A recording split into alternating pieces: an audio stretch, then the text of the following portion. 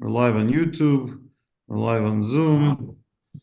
Everyone seems, I'm going to mute Linda and we're going to live on the other Facebook posts and we're going to get going. I'm so grateful to see people joining. I know what it's like to be thrown off your schedule. And if you have something set in for every Wednesday night and then the rabbi decides to go to a wedding, it's very kind and gracious to see you all here. And we're going to have a good time. So I'm just going to share this in two more places and we'll be good to go. Good evening, Jane. Great to see you.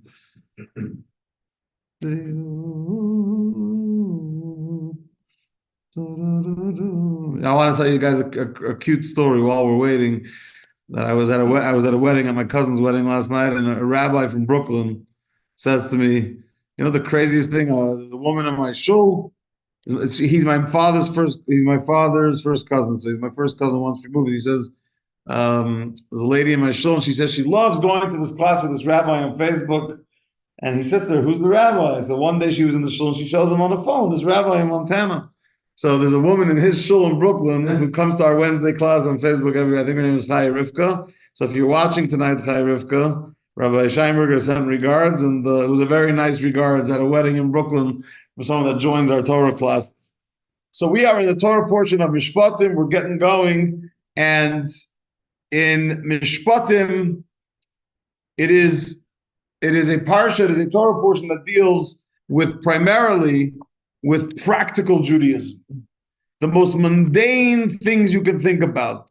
Kosher food and how to treat the poor and how to treat loans and how to treat wicked people and how to treat widows and orphans and so on and so forth. It's a very practical, and then there's the guardians, there's the four guardians, the ones that Shomer Chinam, a guardian that guards your items for free as a favor, and the guardians that guard your items with a charge. Then you have a renter, and then you have a borrower, all these various things. But I want to start today right at the beginning of the parsha. That we're using our chumash that we use here, the live chumash page 459 in your chumash. And we're going to read a few verses, and then we're going to address an aspect of this mitzvah, not all of it. There's many mitzvahs connected to it. And we're going to learn some very powerful stuff, heavy, heavy doses of chassidus for our soul and for our character refinement. So it begins with these words, and these are the laws that you should set before them. So just some context. Last week, we read the Ten Commandments. It was the Sinai moment, the moment that God gave the Torah at Sinai, a universal moment of godly revelation, unparalleled ever before, ever after. And we're going from the Ten Commandments, from this great revelation at Sinai, and what's the following parsha? Ve'ela mishpatim, and these are the laws that you should set before them. If you buy a Hebrew slave, he shall work for 6 years, but in the 7th year, he is to be released without liability. If he was unmarried when he entered, he shall be released unmarried. If he's married to a Jewish woman, he's released with his wife.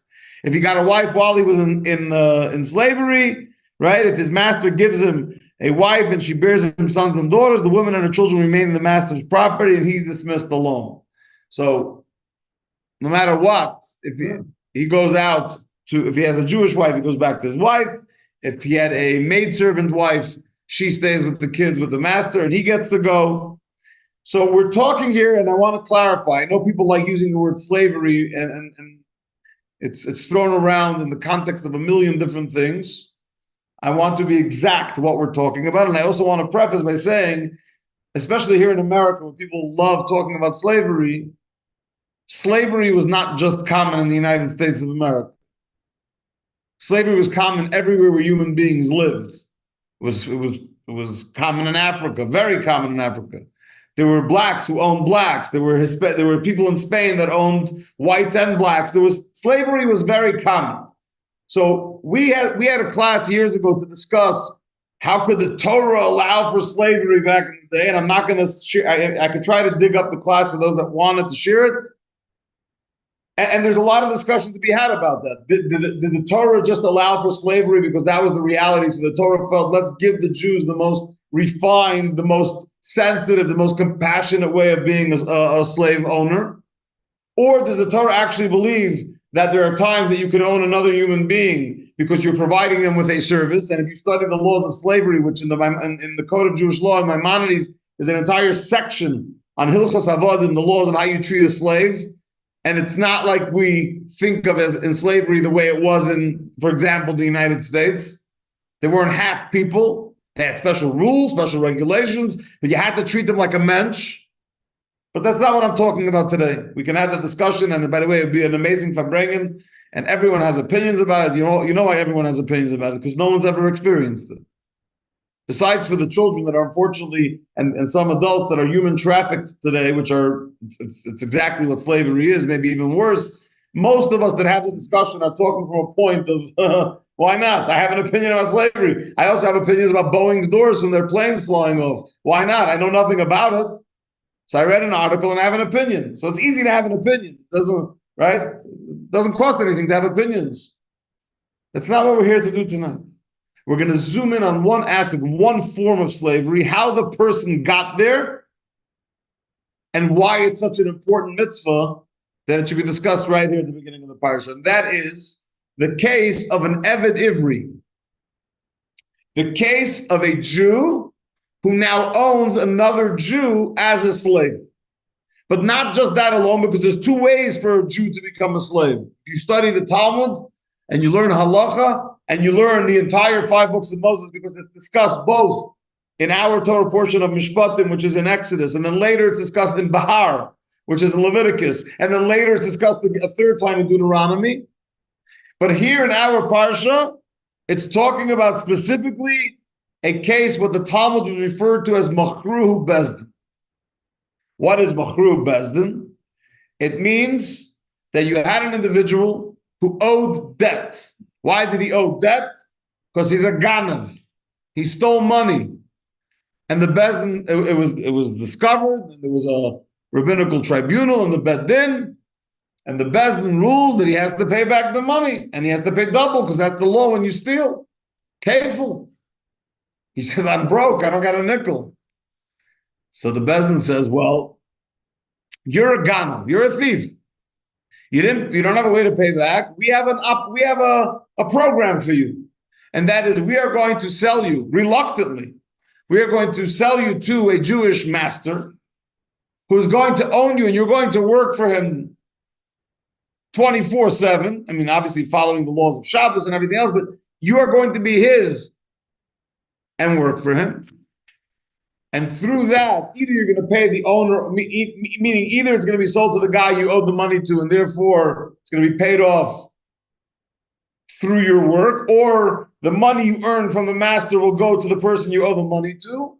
Bottom line is, you're going to pay it off, and when it comes to sabbatical year, when it comes to Shemitah year, the 7th year, all Jewish slaves go free.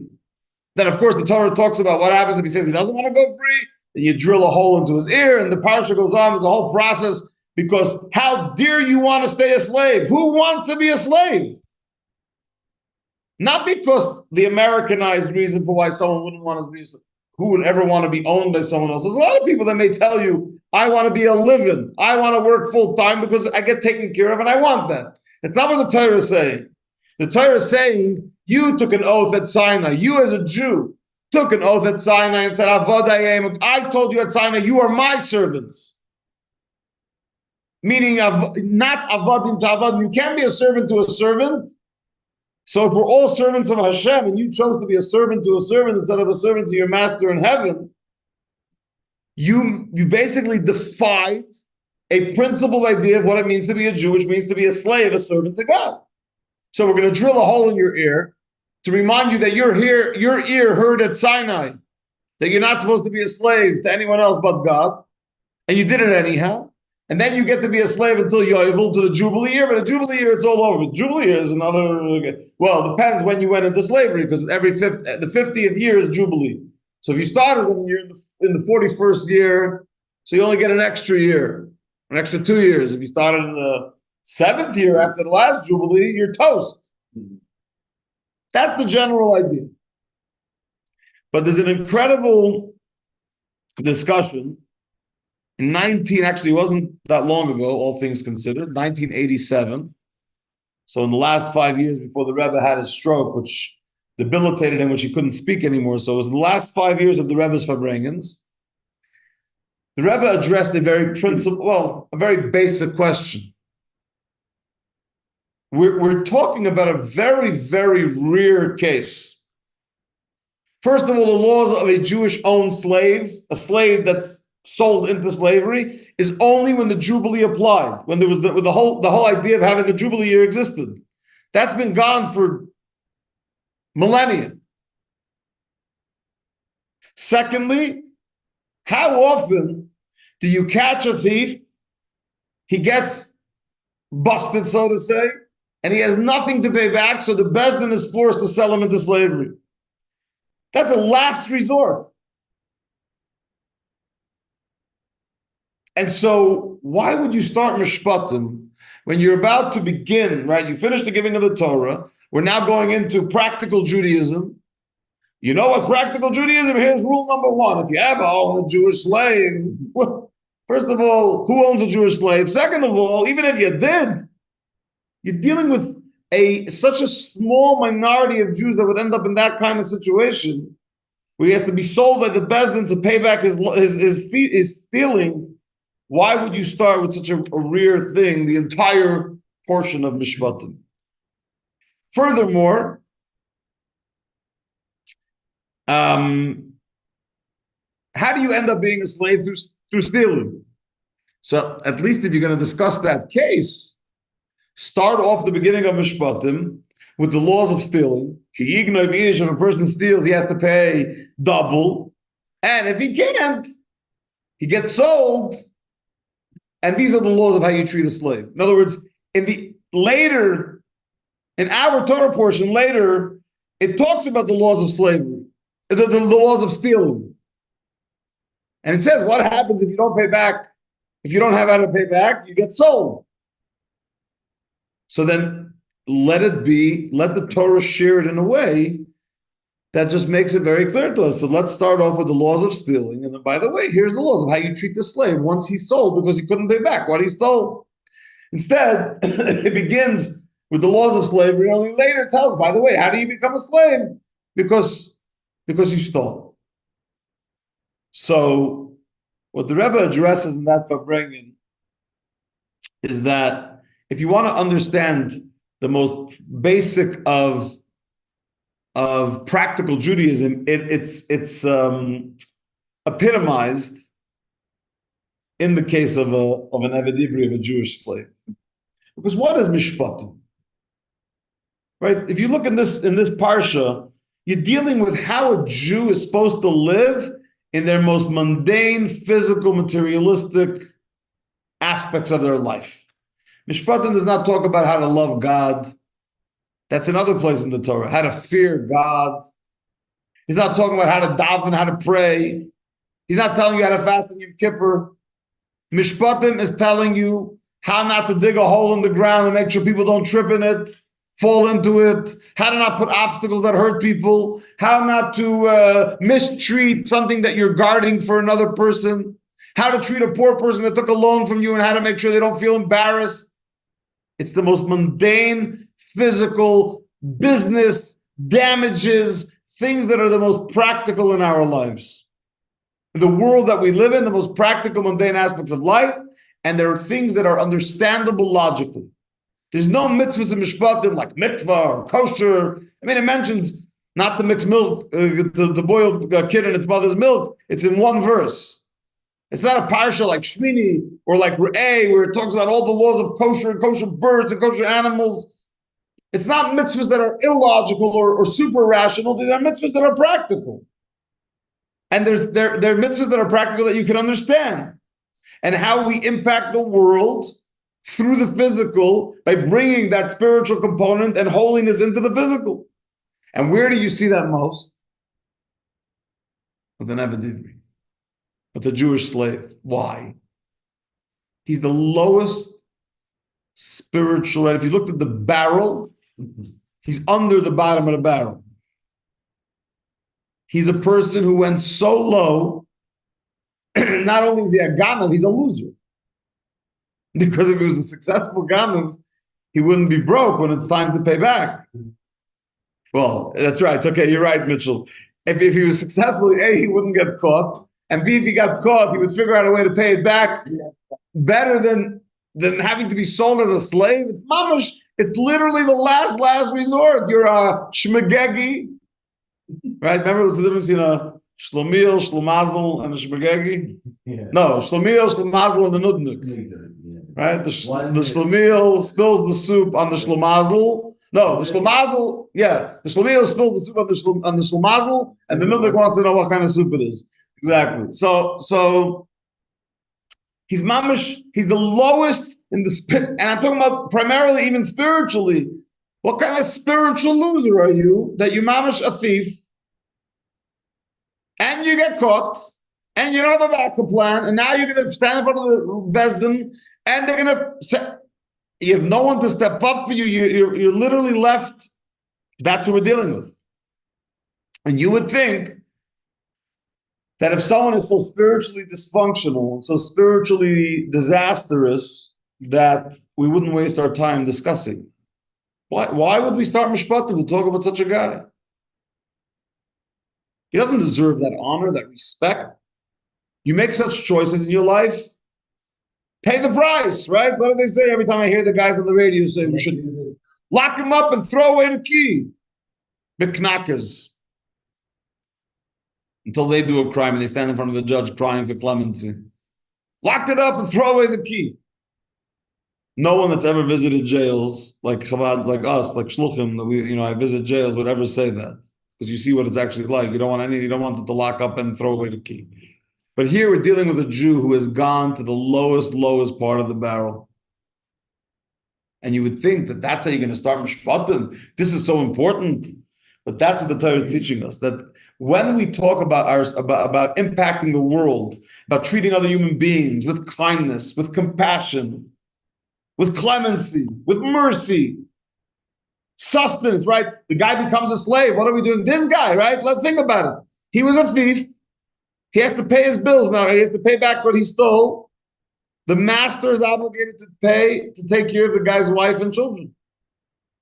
Whoever buys him as the slave has to take care of his wife and children, and then when time's up, release him to his family. No, not get married. He can't get married. Only if the master gives him a non-Jewish woman to marry while he's a slave. And he's Jewish. He's not. Jewish wife? Yeah, it's a whole big discussion about does she become Jewish or not, or she's just owned by the master. It's not really. There's a whole discussion about it's called an Amma Ivriya. I'm sorry, not an Amma Ivriya. It's called the Shifcha that he gets. So she comes in and works. Okay. When he leaves at the 7th year, he goes and she stays.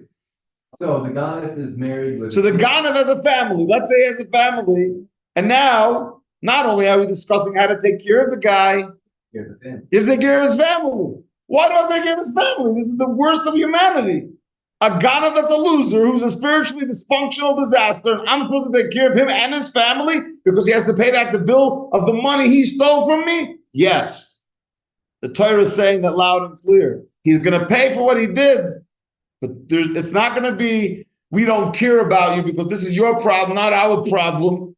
You're not my problem. Yeah, it is your problem, big knacker, big macher.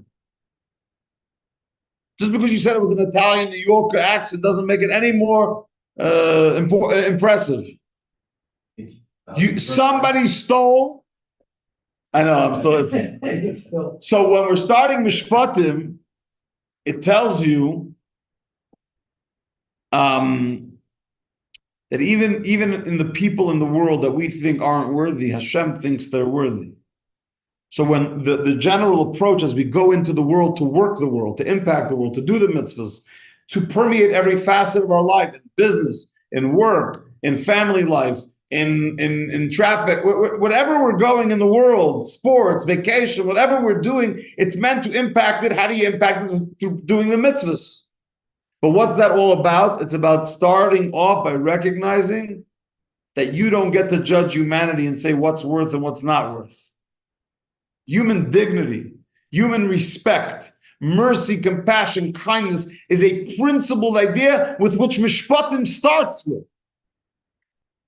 By the way, as a side note, it's not directly connected to this, but later in the parsha when it talks about thievery, it talks about regular thievery of anything in the world. You steal a chair, you steal a horse, still a chair, you steal a car, huh? No, that's not in this. You steal all these things, but then the Torah says that if you stole an ox or a sheep, there's different types of payment plan. For an ox, you pay 4 times as much. I'm sorry, for an ox, you pay 5 times as much, and for a sheep, you pay 4 times as much. Why? Rashi says something incredible. That because the thief, when he stole a sheep, how do you steal a sheep? You have to carry it. You have to put it on your shoulder and schlep it. He had humiliation. The guy steals an ox. He basically stands there with a whip or a stick and he pushes the ox to go. Or he puts a rope around him and he ropes him. There's no embarrassment. Can you imagine the guy who's a thief and he has to never, schlep the sheep on his shoulder? So even though he's a thief, but he's being humiliated. It's humiliating. So because he's being humiliated, he only has to pay 4 times as much of what he stole instead of 5 times as much. But the Rebbe asked in a different place, unrelated. I don't understand. No one saw the guy stealing. Because by definition in the Torah, when it says Gneva versus Gzela, Gzela means like a bank robber, an open robber. Again, Gneva by definition, thievery is something you do in secret at night. So the guy's stealing a lamb at night, he's carrying over his shoulders. So why do we care about his humiliation? Who was he humiliated by? No one saw him. That's the whole point. The Rebbe says, you're right. No one saw him when it was stolen. No, it's not even that. When it got to the Bezdin, the whole town started talking about it. You heard? There's a court case going on. That guy stole a lamb. Right? So what does that mean? Everyone started saying the guy stole a lamb. The Bezdin's having all discussion. And how did he steal a lamb? Everyone knows to steal a lamb, you got to stick it on your shoulder and schlep it. So it's the humiliation that happens after the fact. And we still care about it. And today, without knowing a drop of evidence, we have a media system, the way it's built, is to destroy people's lives without second guessing it in a second. And we're all at fault for it. My gosh, did you see? See what? There's a rumor, it starts with a rumor that someone should, now it's already being, where's human dignity? Where's the respect for the Ganav? But he's a Ganav, he's a thief, he doesn't deserve respect. Really? Who said a Ganav doesn't deserve respect? You're not respecting him because he's a Ganav. You're respecting him despite the fact that he's a thief.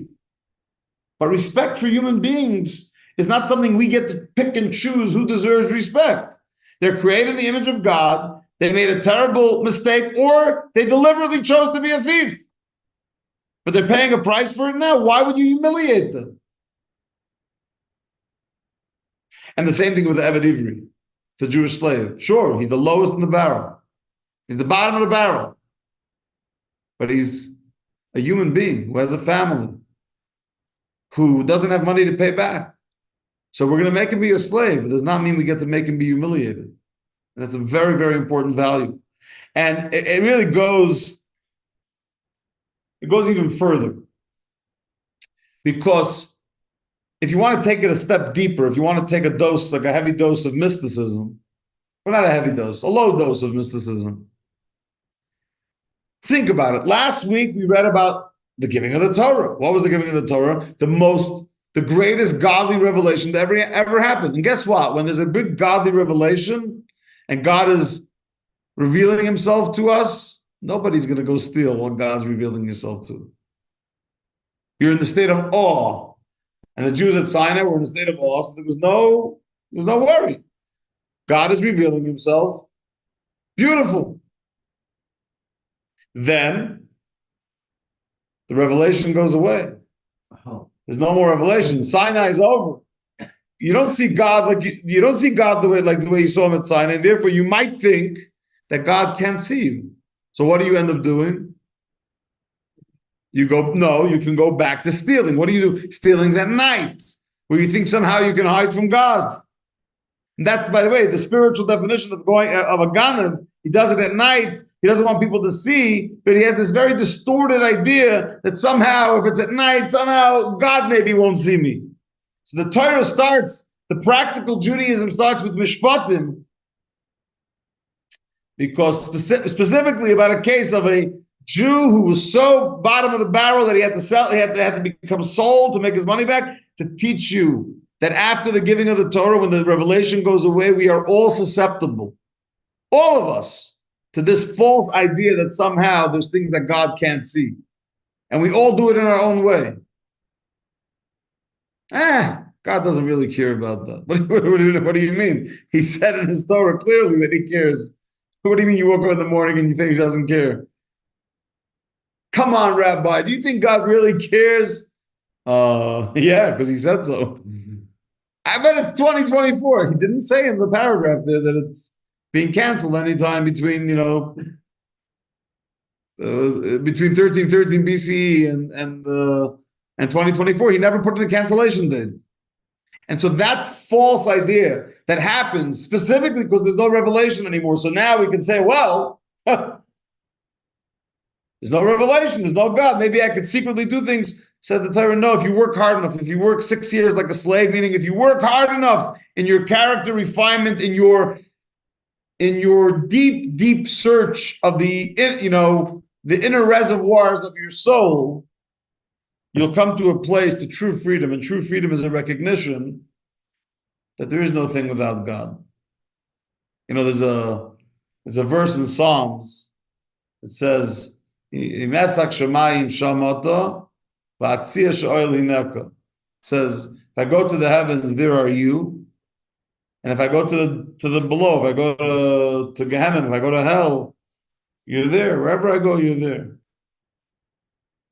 So there's two ways to sing those words in Psalms. There's the Hasidic way, the way the Hasidim sang it, and the way other people used to sing it. There's some people, not Hasidim, who sing it. If I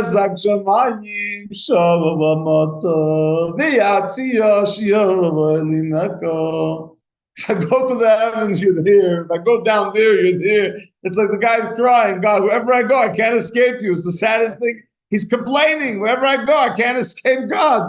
It's not fear, God. Wherever I go, you're there. What a pain. Could you give us like a break room where we could go away from you? What do they call today? An escape room. But how did the Hasidim sing the song? I used to sing it at Fabrengens in Yeshiva all the time. Imesak shamayim shamata v'yatzia shioelineko. If I go to the heavens, you are there. And if I go below, you're there too. Right? Not a depressing song. Thank God. Wherever I go, God is there. Could you imagine being without him? You know what life is without him? You know how much I pity my class, even if you go to yeshiva, you have 1, 2, maybe 3 classmates who along the way dropped off their religion along the way. They gave up on Yiddishkeit, at least superficially, externally.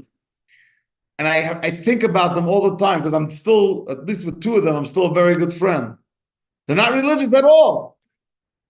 I went to yeshiva with them. My biggest sadness for them is not religion. It's how sad it is for them that when things are tough and when things are good, they don't have God as part of that picture.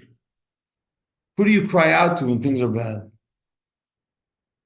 Who do you give gratitude to when things are good? Thank you, Mother Nature. Thank you, Mother Nature. Who's Mother Nature?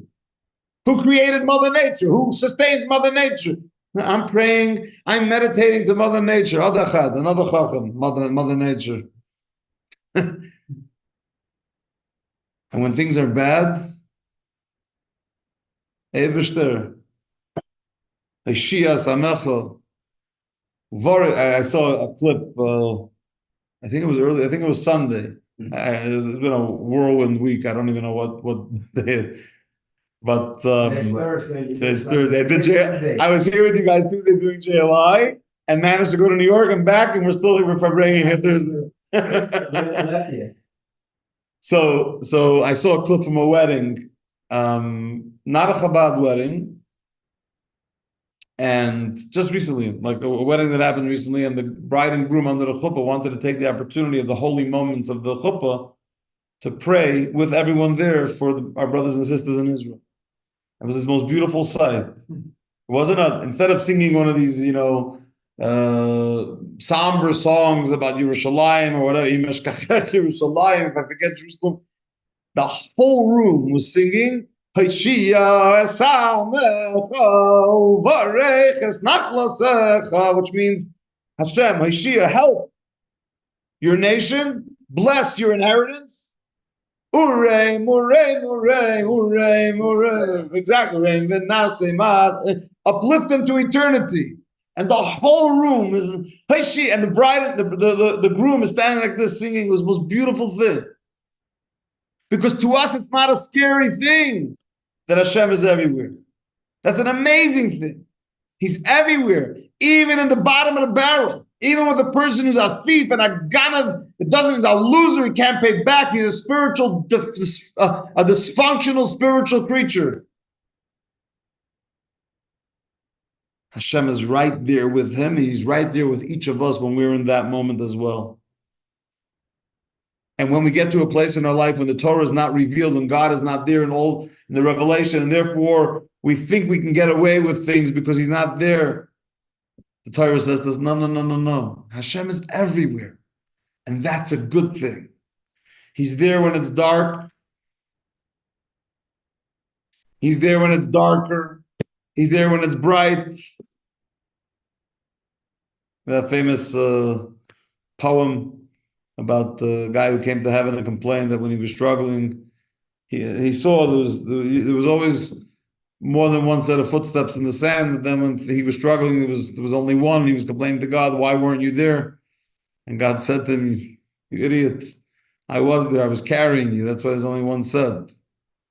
Right? So we get stuck sometimes thinking God, Hashem isn't there, why? And Hashem, why? But at least we have Hashem in our life to realize he's there everywhere. Uvareches nachlasecha, urei, murei, murei. Think of those words. Urei, murei, v'nasei, murei, v'nasei, ma'adov. Hashem is there to help us, to guide us, to uplift us to eternity, to not eternity, but in other words, in every aspect of our life.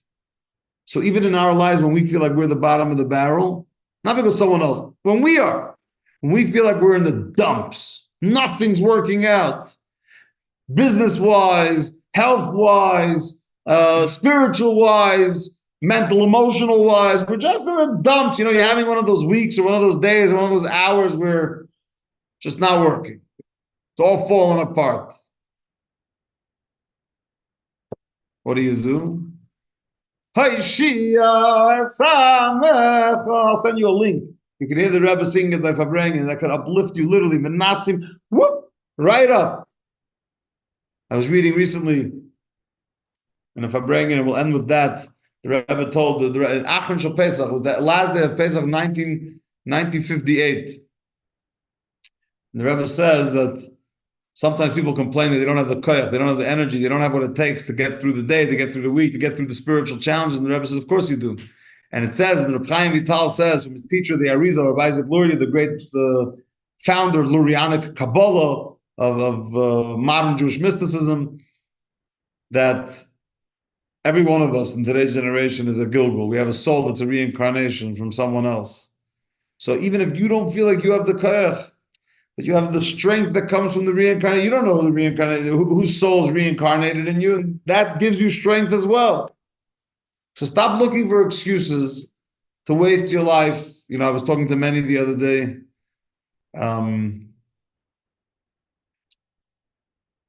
About the Ravens, the Baltimore Ravens.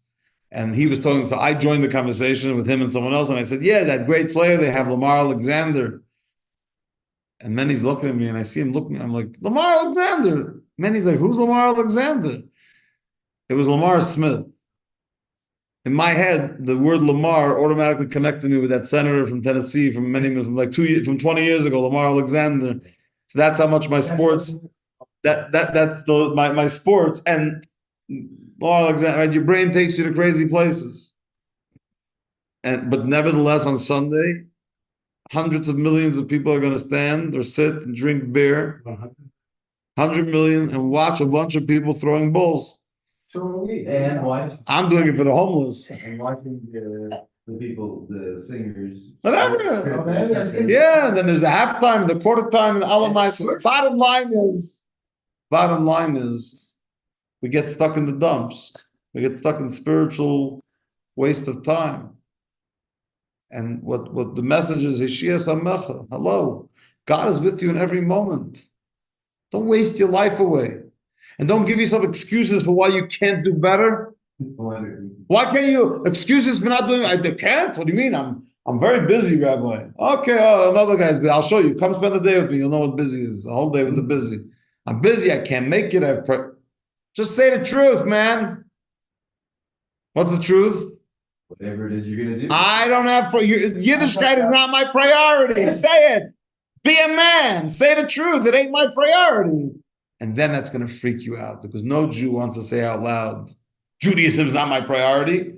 They want to convince themselves that it is their priority, except they never show up. I don't mean show up and show. I mean show up to their Yiddishkeit. So what do? We have to remind ourselves that be honest. It's just not a priority. And that will force you to make it a priority and make you a mensch. That's part of the gig. And with that, I'm going to wish you a freilichen week, a rockin'. It's already Thursday night, which means we're mamash and Shabbos. In 21 hours, we'll be making Kiddush. We look forward to spending Shabbos, the big tonight's Rosh Chodesh. Tonight we're ushering in the month of Adar Aleph. It's 2 days Rosh Chodesh. So Shabbos, we're going to have 2 Torahs in Shul. So get inspired, get uplifted, get ready to roll, and don't sell yourself short. There's a rule that says on the seltzer bottle, no deposit, no return. If you're not going to make the investment, you ain't going to get jack diddly squat back. L'chaim.